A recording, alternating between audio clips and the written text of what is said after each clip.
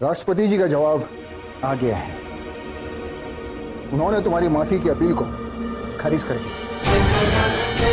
तुम्हें फांसी होगी। फांसी का वक्त कल सुबह 6 बजे का तय किया गया है।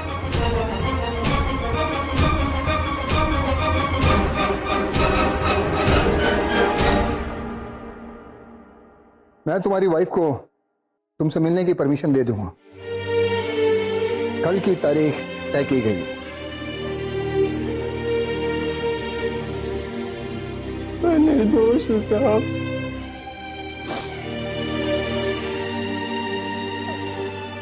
आपके एरिया का एमएलए होने के नाते मैं आपको ये बता दूं कि ऐसा कदम उठाकर हम अपने देशवासियों की सुरक्षा का पुख्ता इंतजाम कर रहे हैं, क्योंकि ऐसे लोगों को फांसी देकर हम हर मुजरिम को सबक दे रहे हैं। ऐसे किसी भी वहशी इंसान को इस तरह निर्मम हत्याएं करने के लिए खुला नहीं छोड़ा जा सकता है। मैं कमिश्नर साहब, उनकी पूरी काबिल टीम और न्यायपालिका को धन्यवाद देता हूं कि उन्होंने इस तरह के इस केस को इतनी जल्दी सॉल्व किया और न्याय दिलवाया। सीमा, अपन को माफ कर दो सीमा। अपन ने ये नहीं किया, और सच्ची अपन ने ये नहीं किया। और अपन को जब याद ही नहीं तो अपन कैसे कर सकता। वहां तो अपन ने सिर्फ लाशें देखी थी।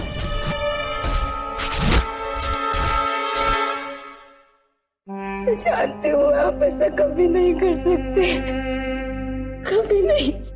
आप किसी की जान नहीं ले सकते। लेकिन कोई नहीं मानेगा, सब खत्म हो गया है। हे भगवान, कोई तो हमारी मदद करो। इस दुनिया में कोई तो होगा जो हमारी मदद करेगा।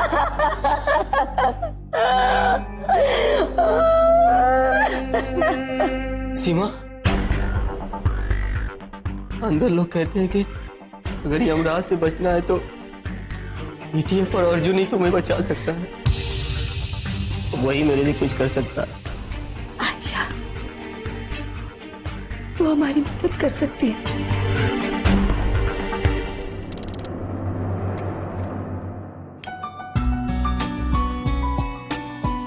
Merry Christmas, everyone. Merry Christmas, sir.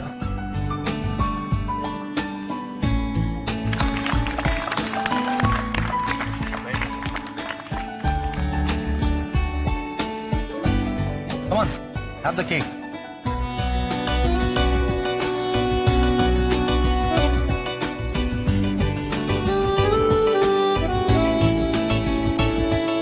Merry Christmas, sir.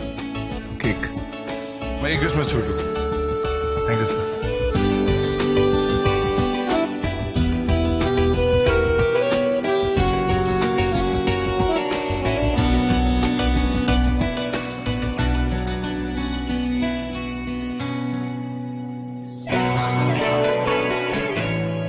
Merry Christmas.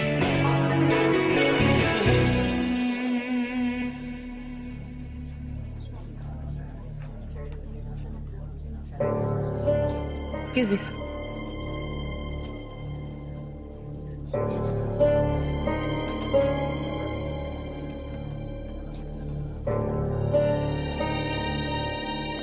Shri यार क्या वर्षी ना इस साल मेरे नो काम बस आराम और पार्टी करेंगे। और क्या है ना कि नए साल तक एक भी केस नहीं आना चाहिए, फिर आप बहुत मजा करेंगे। छोटू, वो देख, नई केस की एंट्री। संभालिए अपने आप, आप ऐसे टूट नहीं सकती। ऋषभ, मेरे पास बस कुछ ही घंटे बचे हैं, सब कुछ खत्म हो जाएगा। मैं अपने पति को हमेशा के लिए खो दूंगी। अतुल कहता है कि अगर ईटीएफ के अर्जुन जी इस केस को दोबारा देखें तो हमें जरूर मदद मिल सकती है। देखिए, मैंने ईटीएफ अभी ज्वाइन किया है, लेकिन मैं पूरी कोशिश करूंगी। I promise. मुझे एक बार अर्जुन जी से मिलवा दो बस। मैं तुम्हारे प्लीज ऐसा मत कीजिए। क्या बात है, आप मुझसे क्यों मिलना चाहती थी? साहब, मैं अतुल दांडेकर की पत्नी हूँ। अतुल दांडेकर, जिसे फांसी होने वाली है। साहब, मेरा पति बस आपका ही नाम लेता है। वो कहता है ईटीएफ के जो अर्जुन जी है ना, बस वही उसकी जान बचा सकते हैं। उसकी आखिरी उम्मीद आप ही है साहब। देखिए, अदालत में अतुल दांडेकर को एक कातिल घोषित किया जा चुका है। 1 साल से एक केस चल रहा है। इस हिसाब से मैं आपकी कुछ मदद नहीं कर सकता। फिर भी मैं देखता हूं मैं क्या कर सकता हूं। मेरा पति चोर हो सकता है, मुजरिम भी हो सकता है, लेकिन साहब किसी की जान नहीं ले सकता। वो कभी नहीं ले सकता। मैं पुलिस के आगे कितना रोए, कितना गिड़गिड़ाए, पुलिस ने मेरी कोई मदद नहीं की साहब। पुलिस का पूरा ध्यान अतुल और उसकी गैंग पर था और एनकाउंटर में सब लोगों को मरवा डाला। उसका झूठा इल्जाम मेरे पति पर लगाते हैं साहब।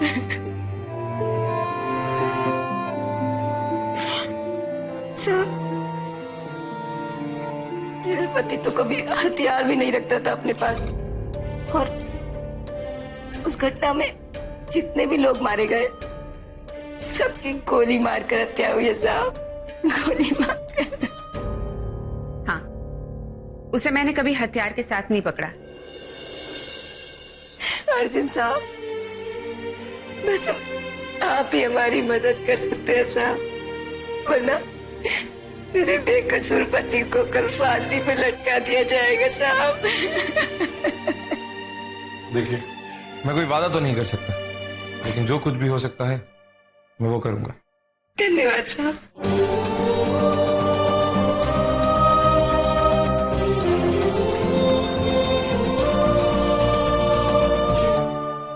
अतुल दांडेकर को मैंने 1-2 बार अरेस्ट किया था।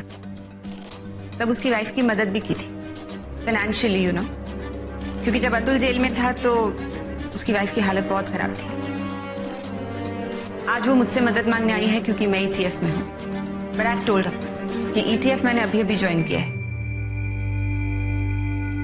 मुझे अभी ये तो नहीं पता कि हम उसकी मदद कैसे करेंगे, लेकिन अगर वो बेकसूर है तो मैं कोशिश जरूर करूंगा।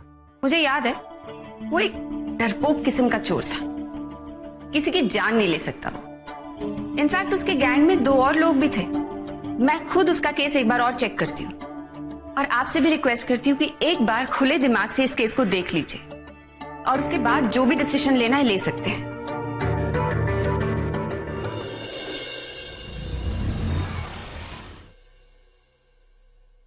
हमें एक दोषी को निर्दोष साबित करना है। सर, हमारे पास टाइम नहीं है। कल सुबह उसे फांसी दे दी जाएगी। जो भी करना है हमें आज रात को ही करना होगा। एक बंद केस को क्यों खोलना चाहते हो तुम लोग? ये एक ओपन और शट केस था, इसमें डाउट की कोई भी गुंजाइश नहीं बची थी। हमारा काम हमेशा किसी को दोषी साबित करना होता है राठौड़, लेकिन आज निर्दोष।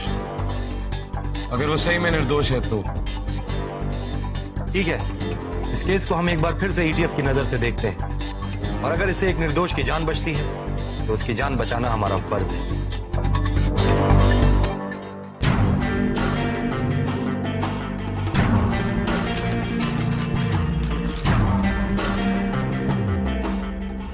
एक भी इल्जाम पास नहीं होते लोगों को मारने की, एक पूरे का पूरा परिवार। इसलिए शायद इन्हें ये लगा कि एक डरपोक इंसान ऐसे ब्रूटल काम कैसे कर सकता है।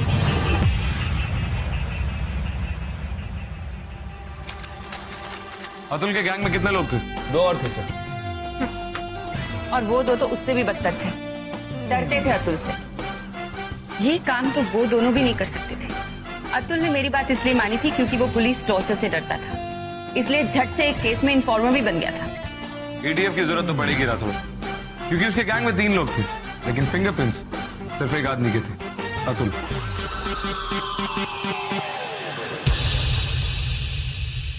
कहीं कुछ छूट रहा है राठौड़। ये देखो राठौड़,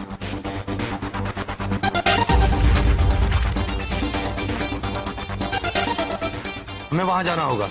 क्यों, कुछ मिला क्या? टाइम बहुत कम बचा है छोटू, इसलिए हमें 2 हिस्सों में बट के काम करना होगा। मैं और श्री मर्सी विला जाएंगे, जब वो हत्या आएगी। श्री, इंस्पेक्टर शिंदे को भी वही बुला। वही आदमी है जो इस केस की तहकीकात कर रहा था।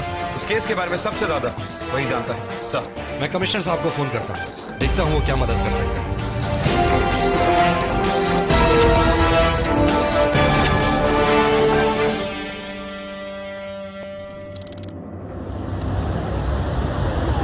सर, मर्सी विला में सारे परिवार का कत्ल कर दिया गया था, लेकिन हाँ, परिवार के सबसे छोटे बेटे मार्टिन गोम्स, उसकी लाश नहीं मिली थी सर। पुलिस रिपोर्ट्स में पढ़ा था मैंने कि शायद उसे कहीं और मारा गया है। मुझे इस अतुल दांडेकर गैंग के बारे में सारी इंफॉर्मेशन चाहिए। Okay sir. शुरू तो अतुल ने किया और वो चोरी ही करते थे।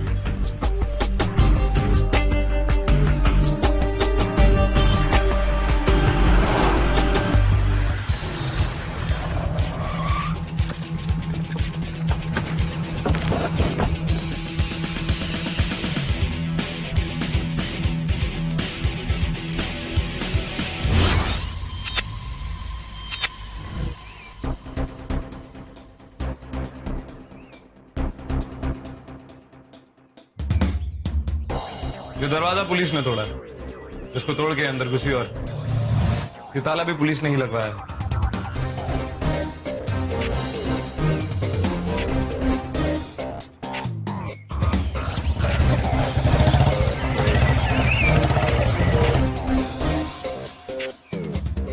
जय सर। कांस्टेबल कदम। शिंदे नहीं आया? सर, कुछ महीने पहले शिंदे साहब का ट्रांसफर हो गया, पोस्टिंग भी अच्छी हुई है। मैं इस केस का हिस्सा था, इसलिए मैं आ गया। शिंदे इस केस में शुरुआत से लेकर एंड तक इन्वॉल्व थे? जी सर, शुरू से अंत तक शिंदे साहब थे। तो तुम पहली बार इस घर में आए थे, तुमने जो जो देखा सब साफ बताओ। सर, यहाँ का नजारा बहुत ही घिनौना था, चारों तरफ खून ही खून था।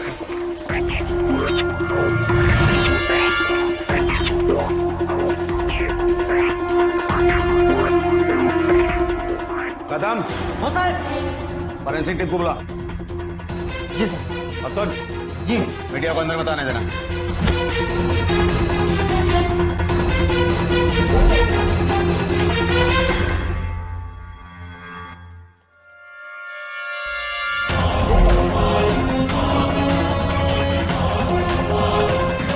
तो शिंदे सर ने आवाज लगाई, कदम। फिर हम सब उनकी तरफ भागे। ये अतुल है ना? अतुल दांडेकर। हो साहब। अरे दरवाजा तुम ही लोगों ने तोड़ा? सर, चोरों ने दरवाजा अंदर से बंद कर रखा था, इसलिए तोड़ना पड़ा। अरे ताला भी तुम ही ने लगाया? जी सर।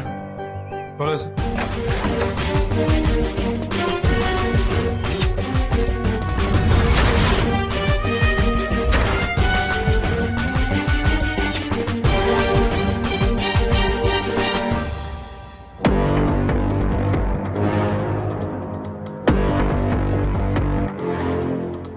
अतुल दांडेकर गए, इन लोगों का कामयाबी का कारण इन लोगों का प्लानिंग था सर, लेकिन मकसद हमेशा चोरी। और जो लोग यहाँ रहते थे मिडिल क्लास थे सर, लेकिन कत्ल से पहले इन लोगों को पैसों की बहुत प्रॉब्लम हो रही थी। कदम। जी सर। क्या क्या चोरी हुआ था इस घर से? सर, कुछ कैश गिरा था, टीवी, कंप्यूटर और कैमरा वगैरह। उस दिन के बारे में अपन को कुछ भी याद नहीं है, थोड़ा थोड़ा याद आ रहा है। वो मर्सी विला के गार्ड ने अपन को फोन किया था साहब, उसी से मिलने गए था। इस तरह की हर एक टिप को फॉलो करते थे तुम? हाँ साहब, अपन का फोन नंबर बहुत कम लोगों के पास होता था, कुछ गैंग मेंबर्स और इक्का दुक्का ऑफिसर्स के पास। इसीलिए अपन के लिए हर फोन कॉल काम का होता था साहब, और किसी भी घर का टिप मिले तो अपन उधर जाके उधर का काम करता था साहब। शिंदे साहब को बताने का बहुत कोशिश किया, लेकिन वो माना ही नहीं, बहुत मारा साहब।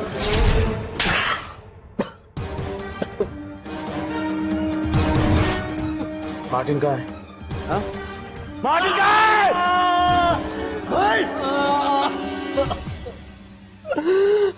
मर्सी विला में घुसा ये तो याद है, लेकिन उसके बाद अपन को चोट कैसे लगी और अपन दरवाजे के पास कैसे पहुंचा, अपन को कुछ नहीं याद साहब, अपन को कुछ नहीं याद। तू जितना जल्दी सच बोलेगा ना तेरे लिए अच्छा होगा, वरना और भी कई हथकंडे आते हैं हमें। चाचू करवाने के। साहब आप ही अपन को बचा सकते हो, अपन ने किसी को नहीं मारा। अपन बिल्कुल निर्दोष है साहब, अपन निर्दोष है।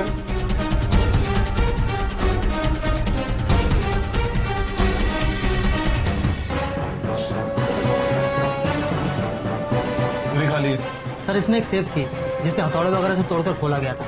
जब हम अंदर आए तो ये पूरी खाली थी। करण जी, आपके ऑफिसर्स को अतुल डांडी करके काम करने का तरीका पता था क्या? जी नहीं। अच्छा, ये लोग छोटे मोटे चोर बस गहने और पैसे चुराते।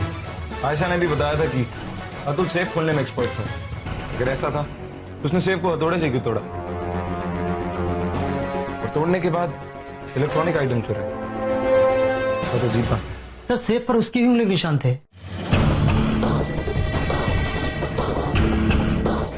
अतुल के साथ और कितने लोग घुसे थे सेफ में? सर जहां तक मुझे पता है 2 लोग और थे। तो ये बताने की जहमत उठाएंगे कदम जी की सिर्फ अतुल की उंगलियों के निशान इस घर पे क्या कर रहे हैं और बाकी दोनों की उंगलियों के निशान कहां गए? सर मैंने तुम्हारी रिपोर्ट नहीं पढ़ा, इसीलिए मैं इस घर पे आना चाहता था श्री। ऐसी कई चीजें हैं इस केस में जिसको नजरअंदाज किया गया है, जैसे अतुल की उंगलियों के निशान जो सेफ में भी थे, किचन में भी और बाथरूम में भी। जब सारा सामान उसने चुराया है तो निशान भी उसी के होंगे ना सर? तुम्हारे हिसाब से एक आदमी इस घर के अंदर आया, सब कुछ चुराया, चोरी का सारा सामान बाहर भेजता है और खुद को इस कमरे के अंदर लॉक कर दिया, क्यों? ताकि शिंदे और कदम साहब आएंगे और उसे अरेस्ट करके लेके जाएंगे। सोच समझ के बोल रहे हो कदम या यूं ही?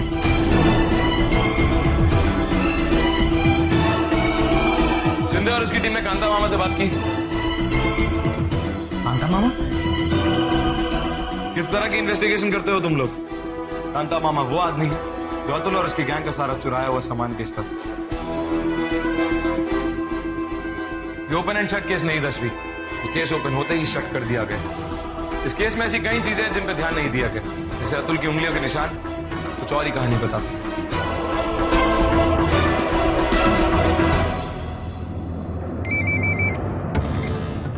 Yes sir. छोड़ो, पता करो आजकल ये कांता मामा कहाँ रहता है। कांता मामा जो चोरी का सामान बिकवाता है? हाँ, पता करता हूँ सर। सर उसके लिए शिंदे सर से बात करनी होगी। तुम्हारे शिंदे सर से हम बात कर लेंगे, फिलहाल तुम ईटीएफ ऑफिस जाओ और वहां जाके रिपोर्ट करो और कल सुबह तक वहां से हिलना मत, समझे? या जी सर।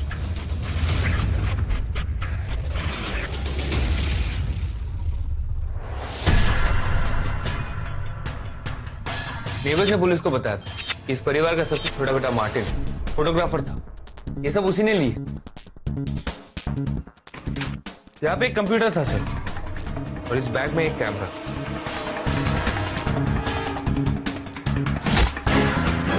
इस डब्बे में क्या है?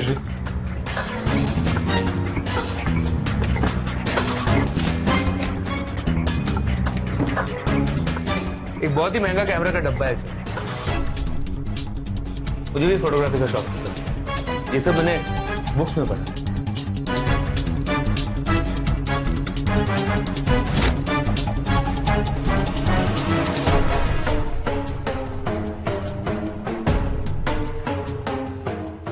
ये कैमरा का कार्ड रीडर है जो टूट चुका है।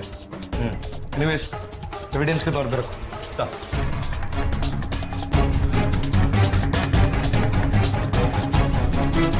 पुलिस ने जो इन्वेस्टिगेशन की उसमें कई सारी चीजों को छोड़ दिया गया, उन्हें फिर से क्रॉस चेक क्यों नहीं किया गया?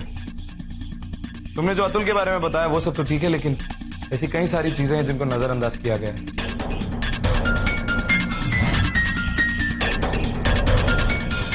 कामयाब चोरों का गैंग जो आगे का दरवाजा बंद करके पीछे के दरवाजे से क्यों भागेगा? वो भी तब जब उस जगह के बारे में उन्हें बहुत अच्छी तरह पता होता है जहां वो चोरी करने वाले हैं।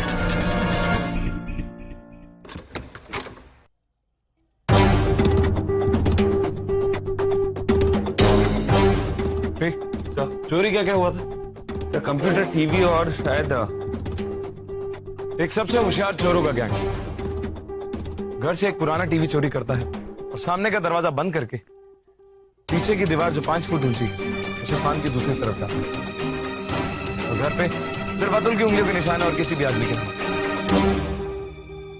एक डरपोक आदमी अगर चोरी करता हुआ पकड़ा जाए तो वो 5 लोगों को मारेगा नहीं, बल्कि वहां से भागेगा।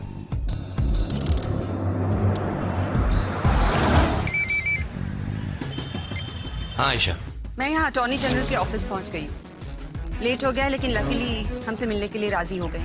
ठीक है, जैसे ही मिलो मुझे बताना कि क्या बात हुई। यस। तो दीवार की दूसरी तरफ देखते हैं क्या। चलो।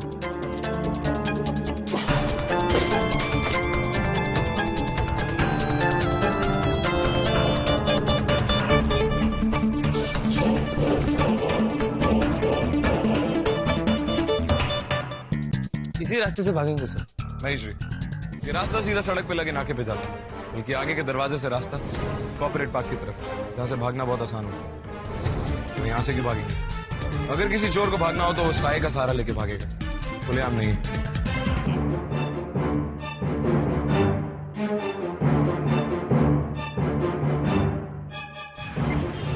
Yes sir. छोड़ो, जब तुम कांता मामा से मिलो तो उसे ये भी पूछना क्या उसने उस रात अतुल और उसके गैंग को गाड़ियां दी थी। ठीक है सर। साधारण मिडिल क्लास फैमिली जो एक साथ खुशी खुशी रहता था, उसमें से एक मेंबर गायब, मार्टिन। शायद ये मार्टिन गोम्स इस ताले की चाबी है श्री। मुझे इस आदमी के काम में भी कुछ गड़बड़ नजर आ रही है। घर से एक कंप्यूटर चोरी होता है तो सिर्फ मार्टिन यूज करता है। श्री, इस गोम्स परिवार के पास कत्ल से पहले बहुत पैसा आ गया था क्या? ज्यादा नहीं सर, कर्जे में डूबे हुए। इनफैक्ट नेबर्स ये कह रहे थे कि चोर ने इसी घर को क्यों चुना चोरी करने के लिए। और इस साधारण परिवार के पास कहीं से एक असाधारण और बहुत ही महंगा कैमरा आ जाता है। अतुल और मार्टिन दोनों की कॉल रिकॉर्ड चेक करो। वही कर रहा हूँ सर। अतुल के फोन रिकॉर्ड से डायरेक्टरी को मैच कर रहा हूँ। और मार्टिन के फोन रिकॉर्ड? मार्टिन ने ज्यादातर कॉल्स घर पे किया था और एक नंबर पे Manisha Mohan, wild life magazine के एडिटर है। मैं मनीषा से मिलता हूँ और तुम शिंदे का बैकग्राउंड चेक करो। शिंदे उस टीम को भी लीड कर रहा था जिसमें अतुल के बाकी 2 गैंग मेंबर मारे गए। Okay sir.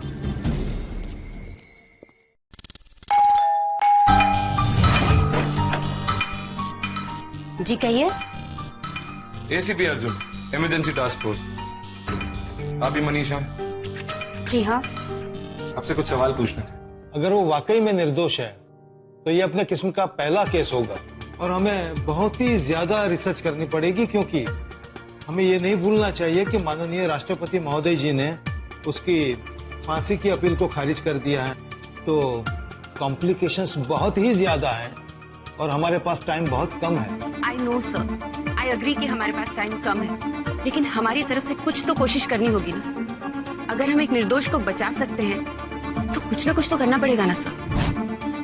Sir please understand.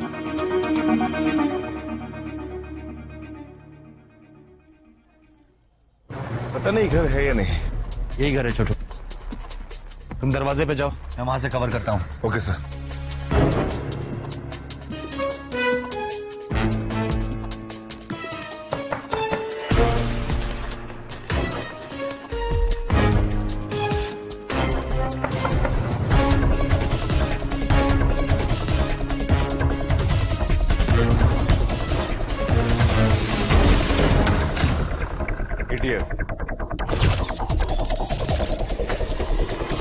अबे रुक साहब, मैं शरीफ आदमी हूँ साहब। अच्छा तो शरीफ है। शरीफ आदमी पुलिस करके भागता है क्या? आप अतुल दांडेकर के बारे में क्या जानता है? क्या आप किसी मार्टिन को जानती हैं? Martin Gomes, right? मार्टिन शौकिया तौर पे जानवरों की तस्वीरें खींचता था और मेरे पीछे हाथ धो के पड़ा था कि मैं उसकी तस्वीरें अपने मैगजीन में छापूं। फोटोज और अच्छे हो सकते थे, शायद इसलिए कि क्योंकि वो ओल्ड कैमरा यूज करता था। फिर अचानक से उसने नया कैमरा खरीदा और फिर कुछ अच्छी तस्वीरें निकाली। मैं उसके चोरी का माल बेचता था साहब। आखिरी चोरी के माल का क्या किया था उसने? कुछ पता नहीं, मैंने पेपर में और टीवी में देखा था। उसके बाद कुछ पता नहीं चला क्या हुआ साहब। क्या अतुल इलेक्ट्रॉनिक सेटअप चुरा कराता था? वो पुराने किस्म का चोर था, वो तो बस केवल पैसे और गहने ही चुराता था। आखिरी चोरी से पहले उसने तुझसे कहा था कि वो क्या माल लेके आने वाला है? साहब वो बहुत ही डरपोक था और पुलिस के डर से वो पहले से ही हर चीज सेट करके रखे रहता था। मुझे उसने कुछ नहीं बताया था सर।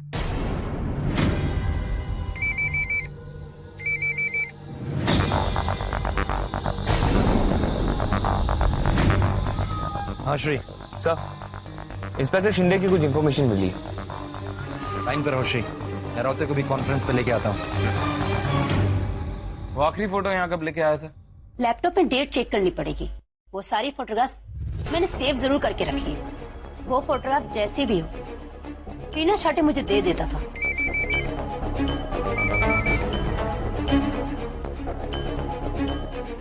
हेलो राउते, श्री लाइन पे, उसके पास एक इंपॉर्टेंट इंफॉर्मेशन है। क्या? इंस्पेक्टर शिंदे के पास अतुल की अरेस्ट और उसके गैंग के एनकाउंटर के बाद बहुत सारे पैसा आ गया था सर। उसने अपने बीवी के नाम पे 2 फ्लैट्स लिया था और एक एसयूवी भी।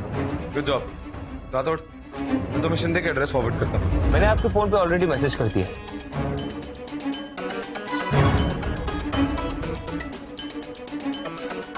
आखिरी चोरी से पहले कोई गाड़ी दी थी तुमने उसे?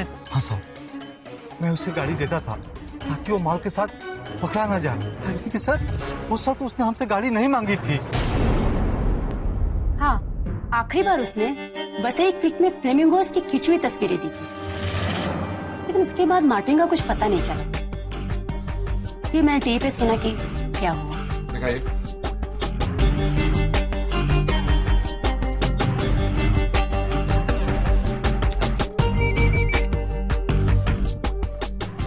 अतुल को मार्टिन के घर का टिप किसने दिया था पता चल गया।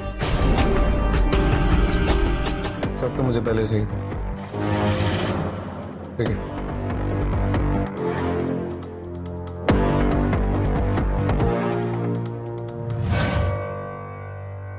यूजुअली मार्टिन आपको सारी फोटोग्राफ्स दिया करता था, लेकिन इस बार इस फोटोग्राफ्स के फोल्डर को देख के ऐसा लगता है कि उसने आपको सारी फोटोग्राफ्स दी नहीं। इसमें से कई ऐसी फोटोग्राफ्स हैं जो गायब हैं, क्योंकि इस फोल्डर की जितनी भी पिक्चर्स हैं वो एक सीक्वेंस में नहीं है।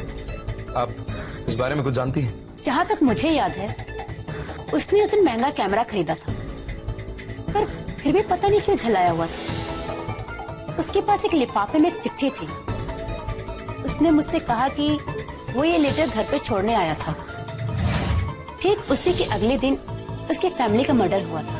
क्या वो लेटर आपके पास अभी भी है? हाँ, ऑफिशियल कम्युनिकेशन थी वो, तो इसलिए मैंने रिकॉर्ड फाइल में रखा है।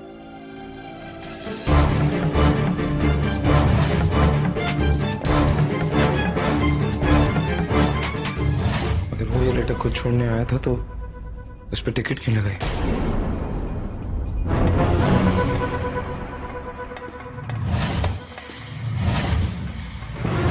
ये चिप का एक छोटा सा हिस्सा होता है जिसमें बहुत सारे डेटा स्टोर होता है। शायद मार्टिन ने खुद एक बहुत बड़ा सुराग देके गया है। राइट।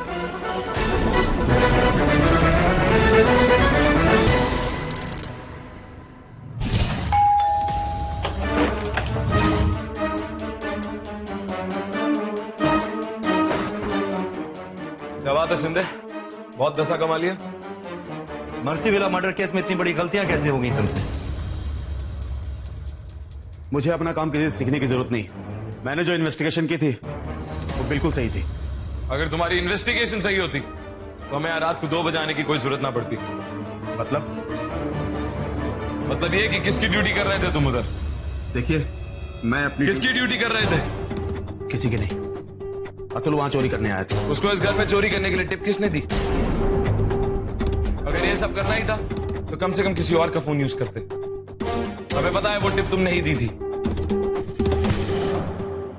एक घर में एक पुलिस ऑफिसर एक मर्डर की इन्वेस्टिगेशन करता है और उसके बाद उसी घर में चोरी करने के लिए एक चोर को टिप देता है। शर्म आनी चाहिए तुम्हें खुद को पुलिस वाला बोलते हुए। छोड़ो, चला घेऊन जा। चल।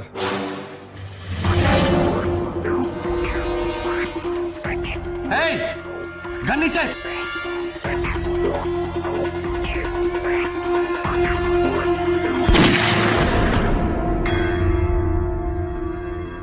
बुज़दिल कहीं का।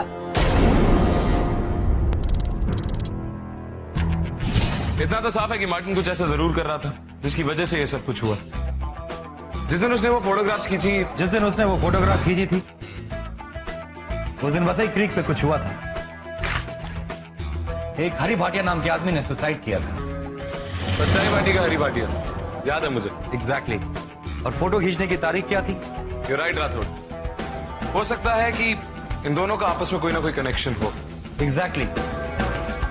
और उसने अपने सुसाइड नोट में यह लिखा था कि वो भ्रष्ट है और उसे उसके किए की सजा मिलनी चाहिए। और उसकी पार्टी वो इलेक्शन भी हार गई थी। ये हरी भाटिया के सामने कौन खड़ा हुआ था इलेक्शन में? जगदीश राव। तो जिस आदमी को हरी भाटिया के सुसाइड से सबसे ज्यादा फायदा पहुंचा वो है जगदीश राव, क्योंकि हरी भाटिया के मरने से पहले लोग उसे ज्यादा पसंद करते थे। तो हो सकता है कि जगदीश राव ने ही उसे। रावते,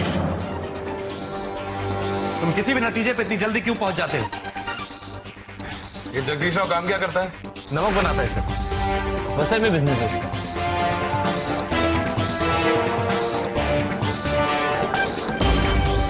सर, माइक्रोवेव प्रोसेस हो गई है, मैं अपने लैपटॉप से एलसीडी में कनेक्ट करता हूँ।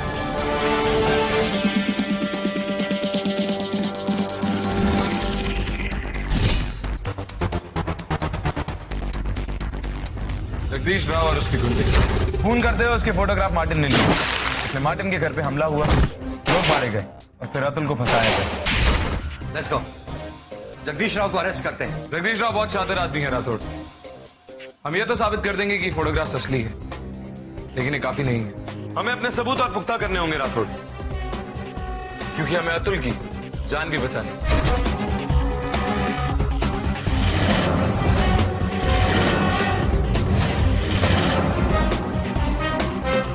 अगर सबूत नहीं मिल रहा तो सही सोच के आधार पे भी सबूत खड़ा किया जा सकता है।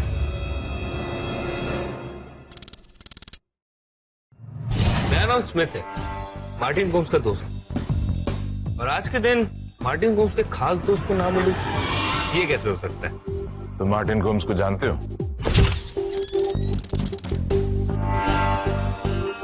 उसके फोटोज के बारे में भी जानता हूं, सेव करके रखा है मैंने। डेमो दिखाओ। एक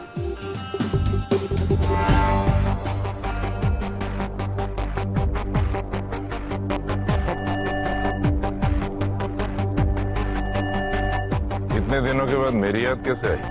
तब आप इलेक्शन नहीं जीते थे ना, अब एमएलए बन गए, फायदा तो अब है।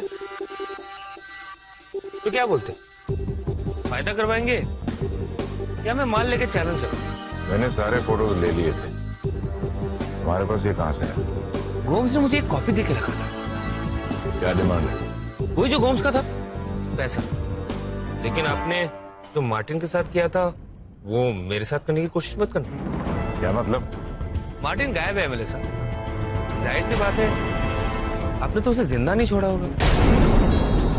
मुझे उसकी तरह मरना नहीं, तो मैं आपसे कम पैसा मांगता। आप मुझे 5 लाख रुपए दे दीजिए, मैं हमेशा हमेशा के लिए चला जाऊं। इस बात की क्या गारंटी है कि पैसा मिलने के बाद तुम वो डेटा कार्ड दे दोगे? इस बात की क्या गारंटी कि आप डेटा कार्ड लेके मुझे छोड़ दोगे? तुमने कम पैसा मांगा, इसलिए मैं तुम्हें दे दूंगा।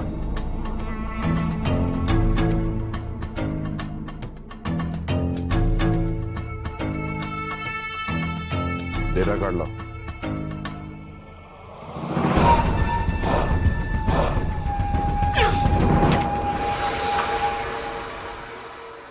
तुम नहीं भी दोगे तो हम छीन लेंगे।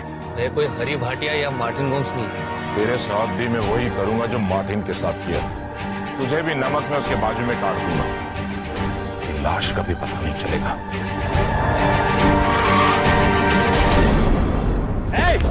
छोड़ इसको। एसीपी अर्जुन राव से इमरजेंसी टास्क फोर्स।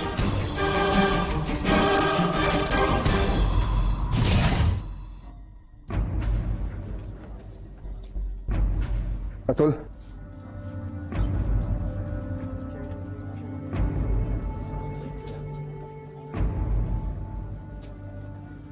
टाइम हो गया, चलो।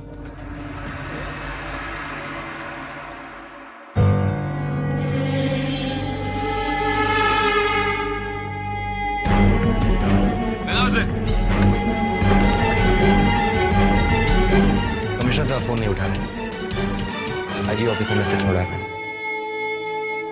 लगता है शायद अतुल को बचाने के लिए फिर मुझे ही एक फोन करना होगा।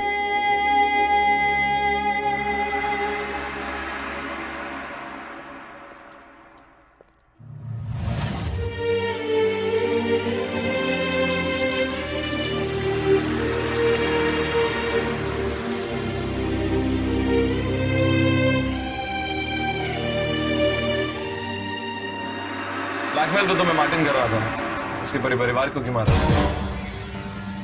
उसने मुझसे एक बार पैसे मांगे, मैंने दे दिए, लेकिन जब उसने बार बार मुझे ब्लैकमेल करने की कोशिश की, उसने मुझसे मार दिया। लेकिन उसके पास फोटोग्राफ्स नहीं मिली। फिर मैंने उसके घर पर हमला किया और कंप्यूटर वगैरह ले लिया। मुझसे कोई कड़ी ना जोड़े, इसलिए मैंने सबको मार दिया।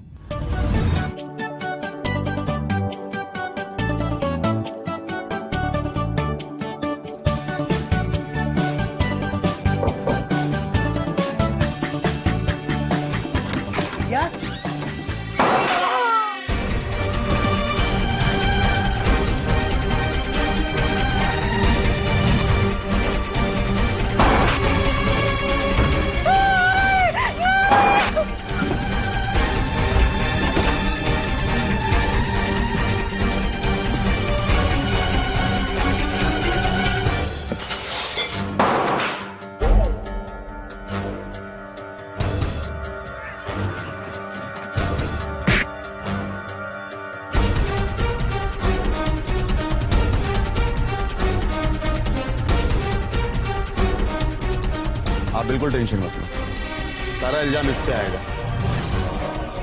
मैंने ही इसे फोन करके बुलाया चोरी करने के लिए, और ये साला हमारे जाल में फंस गया। लेकिन तुम्हारी किस्मत खराब है कि इस आखिरी वक्त में एसीपी अर्जुन राउत के पास आ ही गया। लेकिन मार्टिन ने वो तस्वीरें एक और जगह छोड़ी, तो तुम पकड़े तो जाते ही थे।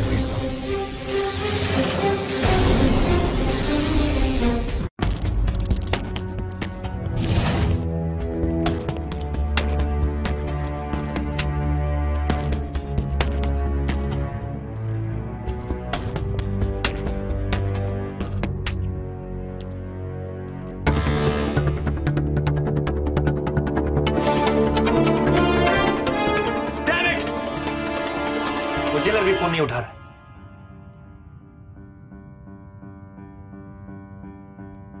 Hello, Jain sir, ACP Arjun Raut बोल रहा हूं। सर, आपको याद है आपने मुझसे कहा था कि जब कभी मुझे आपकी जरूरत पड़े तो मैं फोन कर लूं। आज किसी की जिंदगी का सवाल है सर।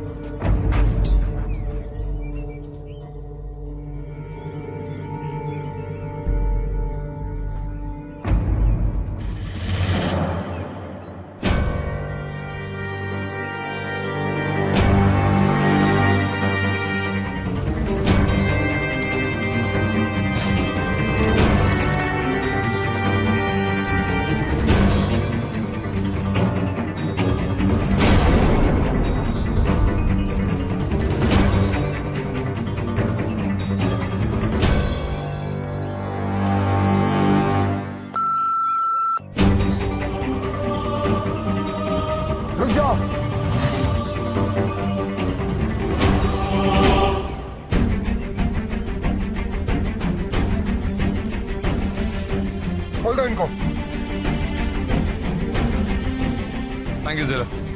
It's okay.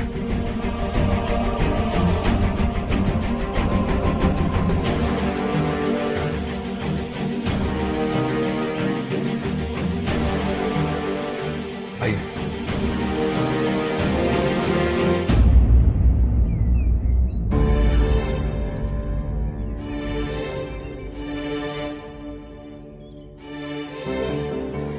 लेकिन अर्जुन सर ने फोन किसे किया था कि फांसी कैंसिल हो गई? राउते ने एक आतंकवादी हमले में बहुत बहादुरी से काम किया था, जिसके लिए इसे प्रेसिडेंट का गैलेंट्री मेडल मिला था। और राष्ट्रपति महोदय ने खुद इसे अपना नंबर दिया था और कहा था कि जब भी इसे किसी चीज की जरूरत पड़े ये उनसे मांग सकता है। आज राउते ने राष्ट्रपति महोदय से अतुल की जिंदगी मांगी।